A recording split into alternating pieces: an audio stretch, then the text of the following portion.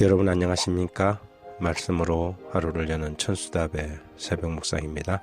민수기 5장을 오늘은 묵상합니다. 나도 너를 정죄하지 않노니.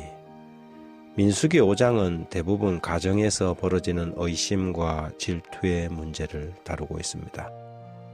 가족 간의 의심은 방치하게 된다면 상처와 고통을 주고 결국은 불행의 파국을 맞게 되지요. 따라서 그런 의심의 문제는 신속한 치유가 필요했으며 의심의 당사자는 제사장에게 가서 이 문제를 해결하도록 요청할 수 있었지요. 이 과정은 만일 그 의심이 근거 있는 의심이라면 문제를 길게 끌지 않고 정리를 하거나 아무 근거 없는 의심이라면 두 사람을 의심과 고통에서 피차 해방시켜주는 의미가 있었습니다. 민수기 5장 13절 이하에 한 남자가 그 여자와 동침하였으나 그의 남편의 눈에 숨겨 드러나지 아니하였고 그 여자의 더러워진 일에 정인도 없고 그가 잡히지도 아니하였어도 그 남편이 의심이 생겨 그 아내를 의심하였는데 그의 아내가 더럽혀졌거나 또는 그 남편이 의심이 생겨 그 아내를 의심하였으나 그 아내가 더럽혀지지 아니하였던지 그의 아내를 데리고 제사장에게로 가서 그를 위하여 보리가루 10분의 1 에바를 헌물로 드리되 그것에 기름도 붓지 말고 유향도 두지 말라. 이는 의심의 소재요 죄악을 기억나게 하는 기억의 소재라. 의심의 제사를 드릴 때 제사장은 먼저 여인을 불러 의심의 소재를 들고 자신의 순결을 고백하도록 하였습니다. 의심받을 만한 어떤 허물도 없다면 그는 모든 저주의 말에 아멘 아멘 하고 고백했지요. 유대 랍비들에 의하면 자신이 허물이 있고 미리 고백했다면 의식을 행하기 전에 행벌을 면하고 아무런 보장도 없이 남편으로부터 쫓겨났다고 합니다. 16절 17절에 제사장은 그 여인을 가까이 오게 하여 여호와 앞에 세우고 토기에 거룩한 물을 담아 성막 바닥에 티끌을 취하여 물에 넣고 그러나 그 여인이 자신은 아무런 허물이 없음을 주장하고 하나님 앞에서도 맹세할 수 있다고 한다면 제사장은 질그릇에 성수를 담아서 성막에 티끌을 취하여 물에 넣고 여인으로 머리를 풀게 하여 그 물을 마시게 했습니다. 모든 죄는 사람의 눈에는 숨길 수 있지만 하나님의 눈에는 숨길 수 없을 것이라는 사실을 이 과정을 통해서 보여주는 것이었죠. 이 제사는 의심에 대한 두 가지의 교훈을 우리에게 줍니다.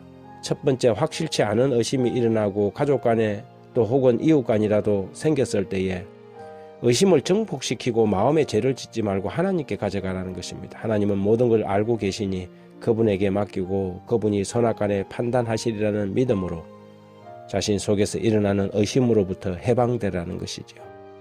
두 번째, 의심을 받는 사람은 죄란 사람의 눈에는 숨길 수 있을지 모르나 하나님의 눈은 아니라는 사실을 알게 하는 것이지요. 우리 모든 사람의 죄는 하나님 앞에 낱낱이 드러나게 됩니다.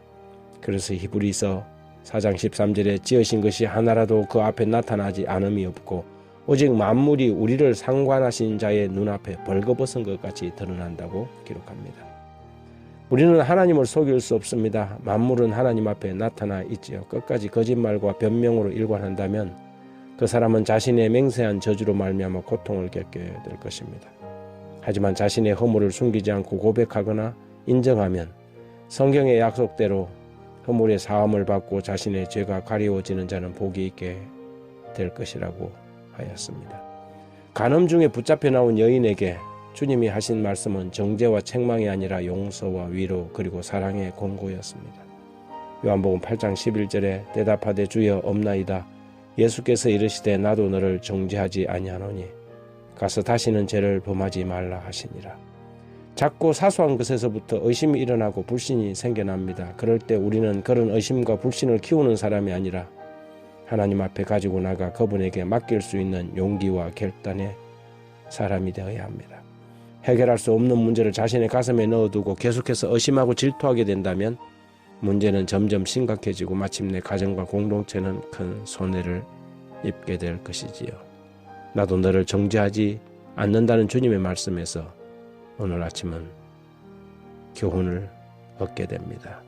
하나님 아버지, 의심이 일어날 때 속으로 남들을 정죄하고 비난하고 질투하지 않도록 하나님께 맡길 수 있는 믿음을 가지게 해주십시오. 허물이 발견되더라도 주님의 용서의 마음을 가지게 하시고 사랑과 관용으로 덮어줌으로 사랑만이 치유할 수 있는 회복을 경험하는 사람 되게 해주십시오. 하나님의 사랑에 빚진 자로서 살아가는 우리가 남의 허물을 덜추고 폭로함으로 오히려 우리의 허물을 추구하지 않게 하시고 우리도 또한 그런 허물에 빠지지 않도록 하나님 앞에서 사는 그런 사람 되게 해 주십시오.